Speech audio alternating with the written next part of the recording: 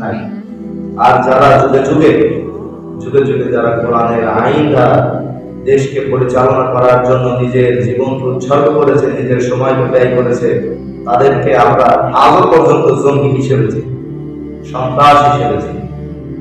আমি তাদের নাম বলবো না, কিন্তু যুগ যুগ ধরে যারা কোরআন বাস্তবায়িত করতে আসছে, কোরআনের আইন বাস্তবায়ন করার জন্য নিজের জীবনকে উৎসর্গ করেছে, আমরা তাদেরকে সন্ত্রাস, জঙ্গি, বোমাবাজ, যারা হাঙ্গামা করে দুনিয়ায়, যারা ফিতনা সৃষ্টি করে, আমরা তাদেরকে আমরা এই তকমা লাগাই দিচ্ছি। কথা ঠিক কিনা?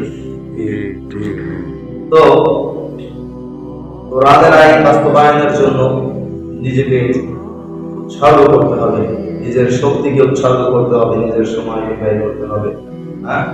সর্ব অবস্থায় আমরা কোরআনের জন্য নিজের জীবনকে প্রস্তুত রাখি।